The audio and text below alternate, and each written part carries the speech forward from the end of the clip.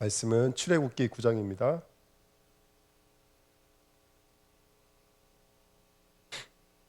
출애굽기 9장 1절부터 우리 7절입니다. 같이 읽겠습니다.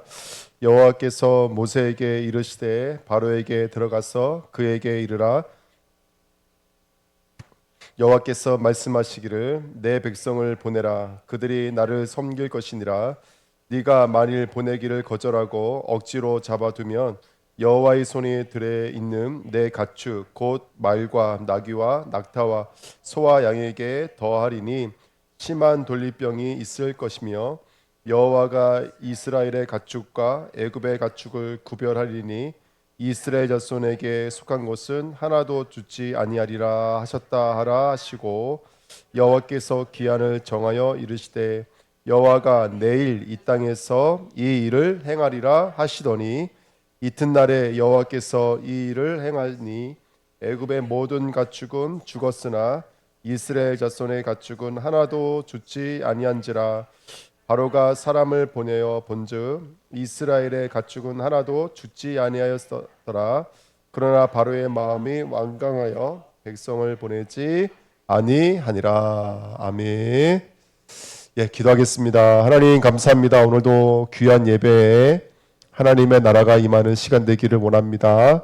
말씀이 살아서 역사하시는 시간 되게 하옵소서. 하나님의 뜻이 우리의 심령과 마음에 이루어지는 시간 되게 하시고 그 말씀이 우리 안에서 영롱한 빛으로 빛나는 시간 되도록 성령의 충만함으로 역사해 주옵소서.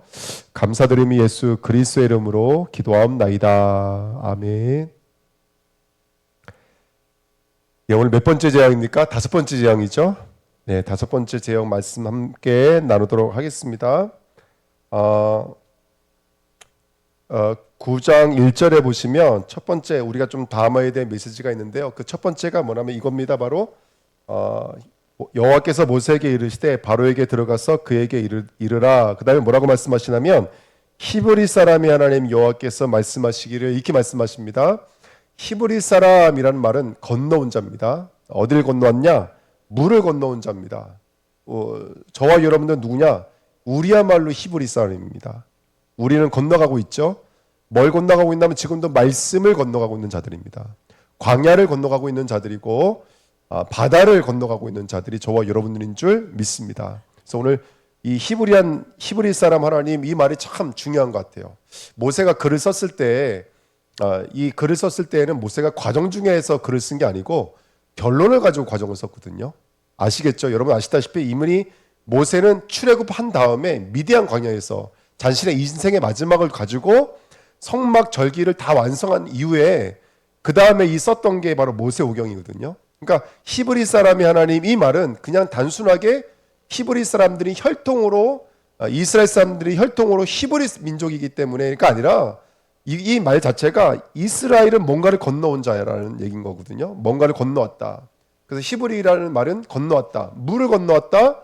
말씀을 건너왔다. 이런 의미가 되어집니다. 그러니까 저와 여러분들은 지금도 이렇게 뭔가를 건너가고 있는 자들이죠. 그렇죠? 그래서 오늘도 저와 여러분들 확인하셔야 돼. 나는 무엇을 건너가고 있느냐? 나는 내 인생에 무엇을 건너가고 있느냐? 이번에 제가 육지 갔다 왔지만 김경은 선교사님 이제 교회 섬기고 왔는데 선교사님이 나갔을 때는 혈기 있는 상태로 나갔거든요. 그때는 아주 대기업에서 이제 일을 했었고 잘 나갔을 때요. 친구도 많고 그때는 뭐 술도 잘 마셨다 그러시더라고요. 뭐 잘 먹고 골프도 잘 치고 운동도 잘하고 아주 혈기왕성했을 때 외국으로 나갔거든요. 근데 들어왔을 때는 이제 목회자가 되어져 있고 자기의 혈과 육이 완전히 내려앉아 있는 상태. 정말 마음껏 일할 수 없는 상태. 눈도 잘 안 보이고 뭐 여러 가지로. 그러니까 여러분 우리 인생이라고 하는 것이 근데 왜 그렇게 하나님 젊었을 때 사용하지 않으시고 젊었을 때는 우리 거 다 내려놓게 만드시고 왜 지금 하나님 정말로 모세와 같이 빈손일 때 지팡이 하나만 의지하고 있을 때 하나님은 모세를 부르셨습니까? 왜 목사님을 안성이라는 지역에 부르셨습니까? 예. 안성 저도 이번에 가서 알았지만은 철도가 올라오다 이렇게 비껴간 자리가 있대요. 거기가 안성이래요. 하도 양반들이 자기네 동네는 철도가 들어오면 안 된다 그래서 심지어는요 도스가스도 못 들어왔대요. 어떻게 우리가 가스관 위에서 사냐고. 그렇게 아주 옛날 사람들이고 아주 고정관념에 묶여져 있던 동네가 안성이라는 동네라는 거예요. 그 20만 민족이 살고 있는 그곳에 왜 선교사님을 보내셨을까? 어떤 계획이 있고 어떤 뜻이 있을까라고 이제 기도하면서 이렇게 인도받다고 왔는데요. 저와 여러분들은 히브리 민족이요, 진짜로요. 우리야말로 히브리 민족이에요. 우리는 그렇게 말씀의 여정, 물의 여정, 빛의 여정을 가고 있는 자들인 줄 믿습니다. 오늘도 그 여정을 걸어가시는 저와 여러분 되시기를 축복드립니다. 자, 6절 말씀 보실까요? 이튿날에 여호와께서 이 일을 행하시니 애굽의 모든 가축은 죽었으나 이스라엘 자손의 가축은 하나도 죽지 아니한지라. 6절에 보시면, 그러니까 1절부터 5절까지는 하나님 말씀하시는 장면이세요. 말씀하시는 장면이고 6절은 그 말씀이 이루어지는 날이에요. 그 기한이 되어지니까. 예. 근데 그 6절에 뭐라고 그랬냐면, 여기 뭐라고 써 있냐면 모든 가축이 죽었어요. 어디에 있는? 애굽에 있는 모든 가축이 죽었어요. 죽었어요, 안 죽었어요? 성경이 이렇게 말하니까. 예, 너무 소리가 세세요? 예, 제가 비밀 하나 알려드릴게요. 이렇게 하면요, 소리가 작게 들려요. 이러면 모든 가축이 죽었다 그랬어요. 근데 모든 가축이 죽었을까요, 안 죽었을까요? 성경을 읽으신 분은 아시잖아요. 아니요, 안 죽었어요, 가축들이. 다음 장에 보면은 종기가 생기죠. 띠끌을 던지니까 띠끌이 종기가 됐단 말이죠. 근데 그 종기가 어디에 종기가 생겼어요? 사람과 그 다음에 애굽에 있는 가축들에게 종기가 생겼어요. 그러면 모든 짐승이 죽었어요, 안 죽었어요? 안 죽었죠. 근데 왜 여기는 모든 가축이 죽었냐 이렇게 써 있는 거죠.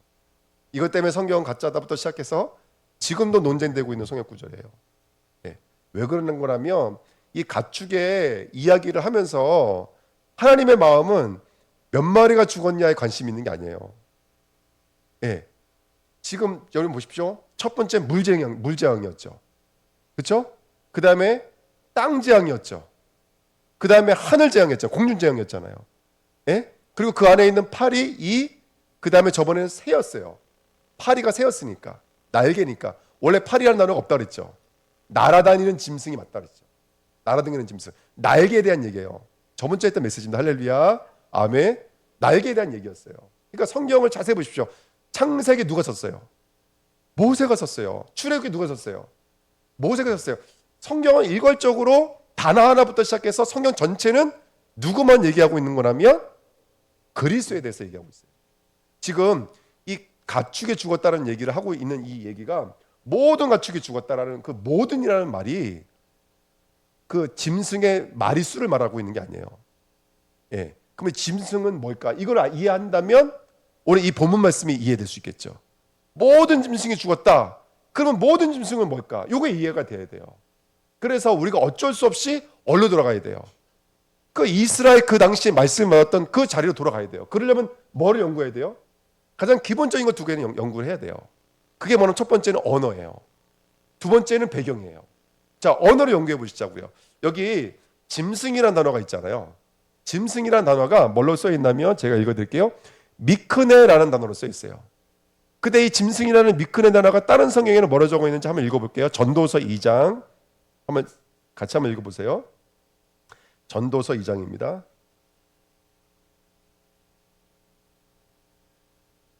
7절 말씀. 전도서 2장 7절 말씀. 구약성경 948페이지입니다. 7절 말씀입니다. 2장 7절 시작. 남녀 노비들을 사기도 하였고 나를 위하여 집에서 종들을 낳기도 하였으며 나보다 먼저 예루살렘에 있던 모든 자들보다도 내가 소와 양떼의 소유를 더 많이 가졌으며. 여기에 가축이라는 단어가 들어가 있어요. 어디가 들어가 있을까요? 예, 아까 제가 읽어드렸던 미크네라는 단어가 어디 써 있을까요? 한번 추론해 보세요. 예? 가축이라는 단어가 소도 아니고요, 양떼도 아니에요.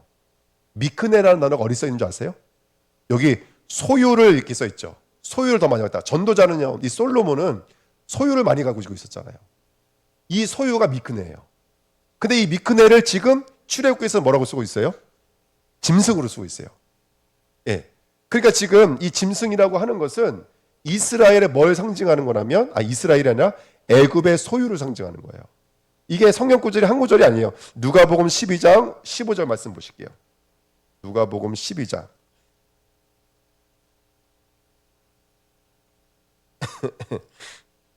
누가복음 12장 15절 말씀. 그래서 예수님도 소유에 대한 얘기를 여러 번 하셨거든요. 찾으셨죠? 12장 15절 말씀 같이 읽겠습니다. 그들에게 이르시되 삼가 모든 탐심을 물리치라. 사람이 생명이 그 소유에 넉넉한 데 있지 아니하리라 하시고. 사람의 소유가 그 사람의 생명이 어디에 넉넉함에 있지 않다고요? 소유에 넉넉함에 있지 않다. 예. 그런데요, 너무나 중요한 말씀 하나 드릴게요. 마태복음 19장으로 한번 가보세요. 마태복음 19장 21절. 아주 중요한 성경 전체를 지금 이게 말하고 있는 이 소유라는 언어에 너무나 중요한 내용입니다. 21절. 마태복음 19장 21절 시작. 예수께서 이르시되 네가 온전하고자 할진대 가서 소유를 팔아 가난한 자들에게 주라. 그리하면 하늘에서 보화가 내게 있으리라. 그리고 와서 나를 따르라 하시니. 아멘. 자, 지금 우리가 구약부터 신약까지 와 있습니다. 지금 이 마태복음 19장은 누가 예수님께 찾아왔냐면 부자 청년이 예수께 찾아왔어요. 그러면서 부자 청년이 뭐라고 하냐면 내가 율법을 다 지켰는데 어떻게 하면은 내가 영생을 얻겠습니까? 근데 너 율법을 어떻게 읽고 있느냐? 예, 사랑이라고 읽고 있습니다. 이웃 사랑이라고 읽고 있습니다. 그래? 그러면서 뭐라고 말하냐면 네 소유를 다 팔라는 거예요. 네 소유를 다 팔아서 가난한 자에게 그 나눠주라는 거예요. 여기 뭐라고 쓰냐면 20절에 이렇게 써 있어요. 19장 20절에 그 청년이 이르되 뭐라고 써 있어요? 이 모든 것을 내가 지켰사오니. 예, 아직도 무엇이 부족하나이까? 부자 청년이 뭘 소유하고 있었죠? 여기 말하고 있는 소유는 돈을 말하는 게 아닙니다. 부자 청년이 소유하고 있던 게 뭐예요? 부자 청년이 소유하고 있던 거. 지금 하나님께서 이 소유를 통해서 우리에게 고발하고 싶은 내용, 지금 하나님이 다 죽이신 그 소유는 뭘까요? 율법입니다. 율법. 내가 갖고 있었던 가장 큰 소유가 뭔지 아세요? 돈이 아닙니다, 여러분. 내 생각인 거예요. 내 이성, 내 가치관, 내 세계관. 이게 우리의 소유예요. 예수님이 제자들의 여정을 통해서 하나님이 주시는 여정은 뭐였냐면 그들의 소유를 팔게 만드시는 거예요. 그들의 소유를 부인하게 만드시는 거예요. 여러분, 목숨 끊는 건 어렵지 않아요. 목숨 끊는 건 간단해요. 하지만 인생을 살면서 나를 부인한다는 건 쉽지가 않아요. 그래 안 그래요, 여러분들? 목숨은 총 한 방 빵 맞으면 끝나잖아요. 근데 살아있는데 나를 부인한다는 건 쉽지가 않아요. 부자 청년에게 내가 갖고 있었던 기준치가 있었다니까요. 율법의 옳고 그름이라는 기준치가 있었어요. 이것을 부인한다는 것은 사실은 100번 고쳐 죽어도 쉽지가 않은 거예요. 이건요. 목숨은 그냥 빵 아니면 위에서 뚝 하고 뛰어내리면 돼요. 하지만 이 땅을 살아가면서 내가 나를 부인한다는 건 쉽지가 않은 거예요. 내 율법, 내 고정되어져 있는 내 가치관, 내 이성, 거기에 묶여져 있는 나를 부인한다는 건 쉽지가 않은 거예요. 그러니까 우리는 단순하게 짐승 그러면 짐승이 모든 짐승이 죽었다. 그러면 그냥 애굽의 짐승이 죽었다. 그러니까 이해가 안 되는 거예요. 이게 무슨 말이야? 이게 무슨 말이지? 근데 우리가 조금만 한번 들어가 보시죠. 우리가 지금 조금만 들어가면은 하나님 물을 통해서 뭘 말하고 싶은 거예요? 땅을 통해서 뭘 말하고 땅을 통해서 말하고 싶었던 게 나였어요. 나. 그 띠끌이 누구기 때문에 그래요? 그 띠끌이 우리잖아요. 아담이 띠끌이에요, 여러분들. 저와 여러분들이 땅을 의지하고 있던 자고 공중을 의지하고 있던 자고 물에 의지하고 있었던 팔이었고 피를 빨았던 이였고 그렇게 이 땅을 거슬러 올라가는 개구리였다는 것을 폴짝폴짝 그렇게 흉내내고 있다는 것을 성경은 폭로하고 싶은 거예요. 짐승의 어떤 마리수를 죽임으로 말미암아 하나님의 그 손의 권능을 나타내는 것이 목적이 아니라 진짜는 우리예요. 우리 안에 있는 짐승이에요. 예, 그것이 바로 뭘로 나타나져 있는 소유로 나타나져 있는 거예요. 간단히 말하면 지금 여기서 말하고 있는 고발하고 있는 네 소유는 바로 우리의 기준을 말하는 거예요. 우리의 가치관을 말하는 거예요. 우리의 수준을 말하는 거예요. 그것을 그 애굽의 가축, 애굽의 소유, 그 사람들이 가지고 있었던 모든 소유를 다 죽였다라고 말을 하고 있는 거죠. 자, 한번 정리해 볼까요? 다시 한번요. 지금 이 무슨 민족이라고요? 히브리 민족은 뭘 건너온 자라고요? 말씀을 건너온 자. 그럼 어떤 말씀을 지금 이스라엘 백성은 건너가고 있는 것이죠? 예. 지금 하나님께서는 우리의 소유를 뭐 하는 여정을 걸어가고 계시는 거예요? 우리의 소유를 다 부인하는 여정을 걷고 계시는 거예요. 이 땅을 살아면서 내가 갖고 있었던 고정되어 있었던 우리의 기준들을 다 부인하게 만드는 거예요. 그 목사님이 젊었을 때에는 친구도 많았겠죠. 그러면 이런 개척교회 했을 때 도와줄 수 있는 사람들이 많았을까 적었을까요? 많았겠죠. 왜 그런 거 있잖아요. 왜요? 정작 우리 교회에 일을 하려면 일할 사람이 없죠. 근데 다른 데 일을 선교라든지 전도라고 한다면 굉장히 많이 몰려가죠. 꼭 그런 거와 같은 거예요. 목사님이 뭔가 교회를 시작하고 개척을 하는데 정작 도와줄 사람이 아무도 없어요. 그러니까 누가 와 있냐면 이번에 팔 수술 받아가지고 이 인대가 끊어져서 수술 받아가지고 팔도 못 드시는 분이 오셨어요. 매형이 오셨고, 거의 이제 7순도 넘어가서 8순도 가까운 누님이 오셨고. 그런데 이분들이 오신 거예요. 근데 주은혜교회에서 할렐루야, 우리 제주 주은혜교회 절 보내주셨잖아요. 충격과 충격을 먹으신 우리 강윤수 목사님하고 허영태 목사님이 그냥 모든 일들 내려놓고 오셔가지고 같이 도배하고, 그거 있잖아요. 왜 밑에 데코타이 이거 붙였어요. 데코타이를 붙였는데 그 데코타이에 얇게 풀 발라야 되잖아요. 풀을 떡칠을 해놓은 거예요. 하루 종일 안 마르고 계속 올라오는 거 이게요. 닦고 또 닦고 닦고 또 닦고. 그죠? 아니 저는 그분 그 매형님이 타일 하시는 분이기 때문에 아시는 줄 알았어요. 나중에는 다시 다 뜯어가지고 풀 다 걷어냈어요. 다시 붙이고 지금도 올라오고 있어요. 할렐루야. 네. 그거 하고 더 이상 얘기하지 마십시다. 우리 그런 얘기하면 제가 말하고 싶은 건 뭐냐면 그거예요. 왜 힘 있을 때 하나님께서 그 자리에 앉혀놓지 않았을까? 아무도 도와줄 수 없는 사람일 때 왜 그 자리에 앉혀놓으셨을까? 하나님은 우리를 히브리 민족으로 부르신 거예요. 히브리 민족으로. 가축은요 이스라엘이든 애굽이든 가축은요 그 사람들의 힘과 그 사람들의 번영과 그 사람 자신의 영화를 나타내는 거거든요. 가축은 단순하게 고기가 아닙니다. 가축은 단순하게 그들의 어떤 노동력을 아니에요. 그거는 그들의 힘을 막 상징하는 거예요. 애굽 사람들은 그 엄청난 가축들, 음매 몰고 다니는 소떼를 양떼를 바라보면서 이게 우리의 번영이었거든요. 근데 그걸 하나님 몰살시키시는 거예요. 어디 안에 있는 가축들? 우리 안에 있는, 내 안에 있는 가축을 몰살시키시는 거예요. 그렇죠? 예, 그것이 바로 오늘 이 본문 말씀이 말하고자 하는 언어에 담겨져 있는 비밀입니다. 그래서 그 가축이라는 단어를 미크네라는 단어를 쓴 거예요. 이 가축이라는 단어는 여러 단어로 쓸 수 있는데 미크네 그러면 소유가 돼버려요.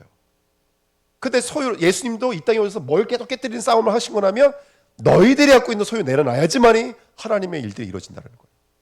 자 보십시오. 이거 성경은 거꾸로 가고 있어요. 점점 소유물들이 빼앗기고 있어요. 애굽이 됐든 이스라엘이 됐든 자신들의 소유물을 빼앗기고 있어요.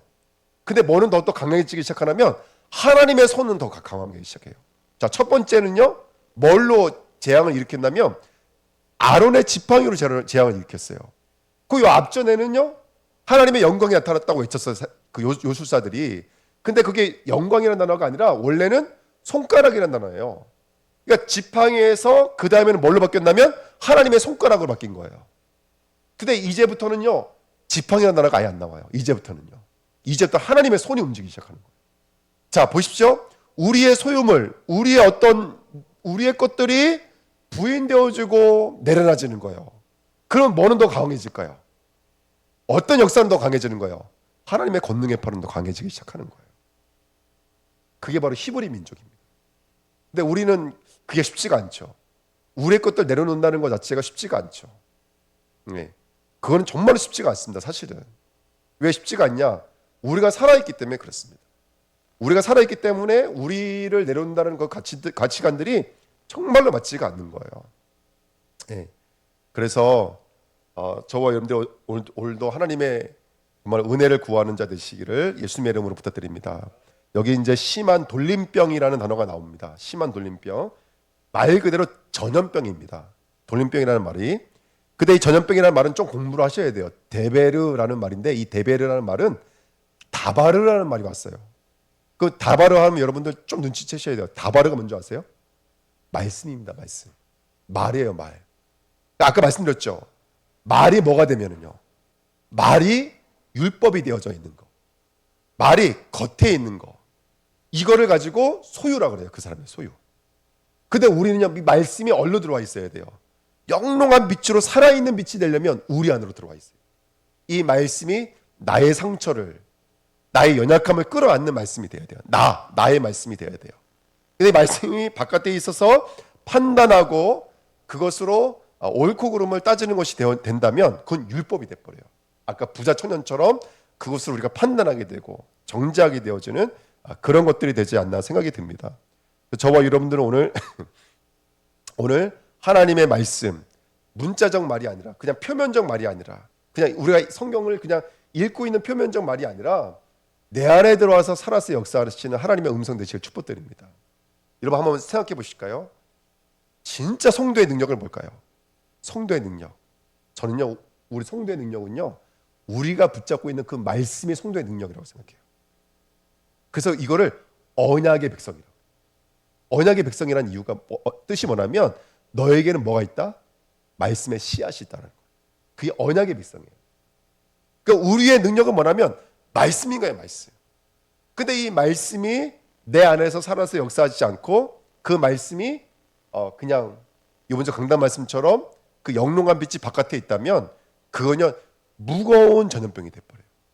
심한 전염병이 돼버려요. 우리 주내교회가 오늘 말씀을 갖는 저와 여러분 되시길 축복드립니다. 그래서 오늘 본문에 보시면 9장에 보시면 4절에 여호와가 이스라엘 가축과 애굽의 가축을 뭐 했다 그래요? 구별했다 그래요. 구별. 제가 오늘 이 말씀 읽으면서 한번 묵상을 해봤어요. 그러면 도대체가 똑같은 짐승인데 애굽의 짐승과 이스라엘의 짐승과의 다른 점은 뭘까? 그렇죠? 여러분 한번 제가 이 말씀하면서 같이 무슨 생각이 드냐면 종을 뭘로 분별하지? 종을 뭘로 분별할까요? 예, GPT한테 물어봤어요. 세 가지로 분류한대요. 첫 번째, 생물학적으로 분류한대요. 예를 들어서 교배에서 새끼가 나오면 같은 종으로 여긴대요. 이건 생물학적으로 분류하는 거예요. 예, 뭐 노새나 나귀, 당나귀 비슷해 보이는데 아까 읽었는데 잊어버렸거든요. 어떤 거는 교배를 해도 새끼가 안 나온대요. 그러면 같은 종이 아니에요. 생긴 건 비슷하게 생겼는데 같은 종이 아니에요. 이해가 되시죠? 네, 그런 것처럼 이거 생물학적으로 분류하는 것도 있고 형태적으로 생김새가 비슷하면 같은 종으로 여겨주는 거. 그 다음에 마지막으로 계통, 다시 말하면 유전적으로 비슷하면 같은 종으로 여겨주는 거. 그러면 이제 우리는 도대체 애굽과 우리는 종이 뭐가 다르죠? 애굽 사람과 우리, 저 바깥에 있는 사람과 우리는 무슨 종이 다를까요? 무슨 종? 예, 우리 힌트가 오늘 말씀의 힌트가 말씀이잖아요. 바로 여러분 말씀의 씨예요, 씨. 마태복음 13장 이렇게 말하고 있어요. 사람을 종류로 구별할 때 뭘로 분류하냐면 저들에게는 듣는 것이 뭐라고 그랬어요? 허락되지 않았어요. 근데 너희는 뭐가 됐다고요? 허락되어 있어요. 이게 하나님이 종을 분류하는 분류법이고요. 이 땅은 종을 분류할 때 생물학적으로 계통적으로 분류하지만 하나님은 종을 분류할 때 뭘로 분류하냐면 씨가 있느냐 없느냐로 분류해요. 오늘 저와 여러분들이 하나님의 음성을 듣는 저와 여러분 되시길 축복드립니다. 아멘. 우리 창세기 1장 29절 말씀 한번 읽어볼게요. 창세기 맨 마지막 장이거든요. 창세기 1장 29절 30절 말씀. 창세기 1장 29절 30절 말씀 한번 같이 읽겠습니다. 하나님이 이르시되 내가 온 지면에 씨 맺는 모든 채소와 씨 가진 열매 맺는 모든 나무를 너에게 주노니 너의 먹을 거리가 되리라. 또 땅의 모든 짐승과 하늘의 모든 새와 생명이 있어 땅에 기는 모든 것에게는 내가 모든 푸른 풀을 먹을 거리로 주노라 하시니 그대로 되니라. 하나님이 지으신 그 모든 것을 보시니 보시기에 심히 좋았더라. 저녁이 되고 아침이 되니 이는 여섯째 날이니라. 아멘. 아까 말씀드린 것처럼 생물학적으로 계통적으로 본다면 유전적으로 본다면 짐승이나 우리 인간은 크게 다를 바가 없어요. 예. 근데 여기 성경에 보면은 짐승과 인간을 분리시켜 놨어요. 뭘로 분리시켜 놓는지 아세요? 짐승은 풀을 먹어요. 근데 인간은 뭘 먹어요? 인간도 식물을 먹어요. 근데 하나가 달라요. 뭐가 달라면 인간은 씨가 있는 채소를 먹어요. 씨가 있는 과일을 먹어요. 여기 말씀대로라면 짐승은 과일도 먹고 채소도 먹는데 뭐를 안 먹어요? 씨를 안 먹어요. 씨를. 제라가 뭔지 아세요? 씨, 제라. 후손이에요. 후손. 창세기 3장 15절에 나오는 여자의 후손이 씨예요. 씨. 그러니까 하나님은 뭘로 우리를 분류하기를 원하시냐면 말씀으로 우리를 분류하기 원하시는 거예요. 그래서 말씀이 있는, 다시 말하면 흙으로 지었지만 그 속에 생기가 들어가 있으면, 생명에 들어가 있으면 저와 여러분들은 영적 존재가 되는 거예요. 근데 똑같은 육신을 가지고 있지만 씨가 들어오지 않는 자들은 뭐가 되는 거예요? 그냥 육신에 머물러 있는 거예요. 예, 우리 한번 말씀 한번 더 읽어볼까요? 우리 베드로후서입니다. 베드로후서 2장입니다.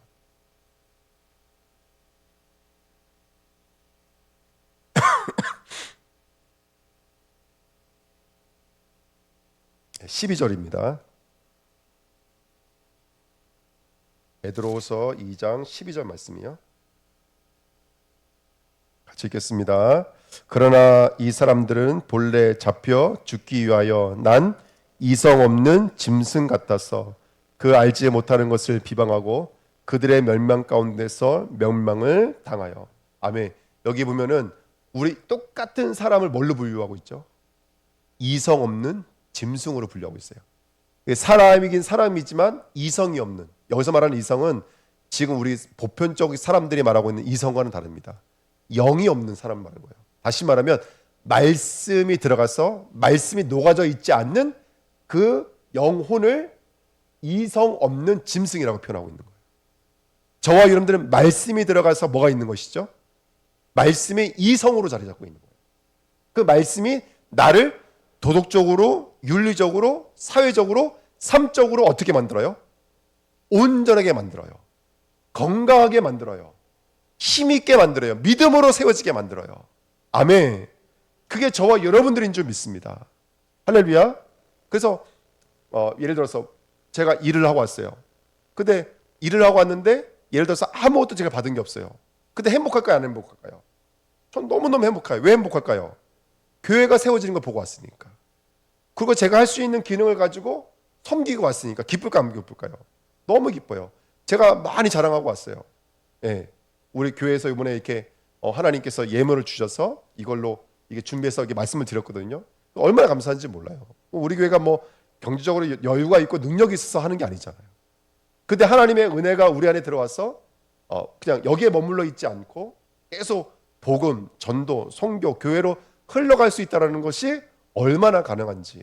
예. 그거 제가 일하면서 저보고 하루만 있다 가라는 거예요. 예. 근데 이제 왔어요. 왜 왔을까요? 예. 우리 교회에선 안 오면 쫓겨날 것 같아가지고 제가 그렇게 말씀드렸어요. 저는요, 저 안 오면요, 예, 쫓겨나요 교회에서. 그래서 예, 아주 막 이러다 말고 왔거든요. 어쨌든 저와 여러분들은 뭘로 우리를 분별해야 되냐면 말씀이 녹아서 그것이 말씀이 이성이 되어 있으셔야 돼요. 그 말씀이 세간이 되어 있으셔야 돼요. 자, 베드로후서 다음에 요한 1서, 2서, 그 다음에 유다서 한번 보실까요? 유다서 1장. 유다서 1장 10절 말씀이요. 유다서 1장 10절 말씀 시작. 이 사람들은 무엇이든지 그 알지 못하는 것을 비방하는도다. 또 그들의 이성 없는 짐승같이 본능으로 아는 그것으로 멸망하느니라. 아멘. 여러분, 하나님은 이 땅을 뭘로 분류하고 있냐면 하나님을 보실 때는 그 말씀이 세계관으로, 그 말씀이 그 사람에게 가치관으로, 말씀이 그 사람의 소유로 들어가 있지 않으면 하나님 보실 때 이 사람은 뭘로 보이는 거예요? 짐승입니다, 여러분들. 이해가 되시죠? 그래서 저와 여러분들이 하나님의 말씀이 우리 심령과 마음속에 뿌리 내리시기를 예수님의 이름으로 부탁드립니다. 우리는 본능에 의해서 움직이는 자가 아니라 말씀에 의해서 움직이는 자로 쓰임받을 줄 믿습니다. 그렇게 저와 여러분들이 믿음으로 승리하시기를 예수님의 이름으로 축복드립니다. 오늘 마지막 출애굽기 5장 9장 5절 6절에 이 말을 꼭 말씀드리고 싶어요. 5절에 여호와께서 뭐라고 그러셨어요? 기한을 정하여. 자, 지금 이 10가지 재앙은 333 구조로 돼 있다 그랬죠. 이 333 구조로 본다면 오늘 이 5번째 재앙은 두 번째 단계의 두 번째에 들어가요. 근데 이게 똑같이 반복된다 그랬어요. 첫 번째, 두 번째는 항상 기한을 말해줘요. 내일 이맘때 이런 재앙이 있다 그래요. 그리고 여러분 그 다음 장 8절에 가보시면 기한을 말해야 안 해요. 예고시 옵니다. 그리고 마지막 세 번째 단계의 재앙은 끝이 있어요, 없어요? 재앙의 끝이 없습니다. 여기는 재앙의 끝이 있어요. 첫 번째, 두 번째는 재앙의 끝이 있어요. 그래서 333 구조로 되어 있다는 거예요. 첫 번째도 1번, 2번은 기한이 있고 재앙의 끝이 있어요. 근데 세 번째는 예고 없이 재앙이 오고 끝이 없어요. 또 두 번째 단계도 마찬가지인 거예요. 네 번째, 다섯 번째는 기한이 있어요. 그리고 재앙의 끝이 있어요. 하지만 여섯 번째는 또 끝이 없어요. 이런 식으로 333 구조로 되어 있어요. 이게 바로 여러분들 이 땅에 이루어지고 있는 재앙인 거예요. 지금 우리에게 일어나는 수많은 환란이나 문제는요, 큰 예고를 주시는 거예요. 그건 우리를 히브리 민족으로 만들어 가시는, 우리를 깨우시고 우리를 부르시고 우리를 세우시는 여정인 거예요. 그래서 오늘 맨 마지막 절에 7절에 이렇게 써 있잖아요. 바로가 사람을 보내어 본즉 이스라엘의 가축은 하나도 죽지 아니하였다. 그러나 바로의 마음이 완강하여 백성을 보내지 아니하니라. 요 말이 사실은요, 감탄사로 이루어져 있어요. 사람을 보냈다는 말이 아니라 자 봐라 이렇게 써 있어요. 자 봐라, 이스라엘의 가축은 하나도 안 죽었다. 이렇게 읽혀져 있는 거거든요. 이거 아주 이게 빗대고 있는 거예요, 지금요. 그러니까 여러분 보십시오. 언젠가는 자 보게 달릴 그날이 옵니다. 자 봐라, 그날이 옵니다. 분명히 끝이 옵니다. 그래서 우리가 이 기한을 두고 있을 때에는 여러분, 저와 여러분들은 내일을 사는 자가 아니에요. 이 죽음과 생을 두고 사는 자이기 때문에 우리는 오늘을 살아있는 자가 되셔야 돼요. 그래서 이 날은 구원받을 때요, 이 날은 은혜의 날이라고 말을 하고 있는 거예요. 오늘 살아나시길 축복드립니다. 나 오늘까지는 투정 부리고 내일부터 할 게가 아니라 오늘 살아나셔야 돼요. 할렐루야. 믿음은 항상 현재형이 되셔야 돼요. 오늘 이 말씀을 가지고 내가 말씀으로 살아나겠다가 내일이 아니라 오늘 되시기를 축복드립니다. 아멘. 그래서 오늘 다시 한번 더 말씀 묵상하시면서 믿음으로 승리하시기를 예수의 이름으로 축복드립니다. 예, 우리 합심으로 한번 말씀 붙잡고 기도하겠습니다. 하나님 아버지 감사드립니다. 오늘 다섯 번째 재앙, 가축의 죽음을 통해서 하나님이 우리를 어떻게 분류하고 계시고 어떻게 보고 계시는지를 영적으로 들여다볼 수 있는 시간 주신 것을 감사드립니다. 나는 누구입니까?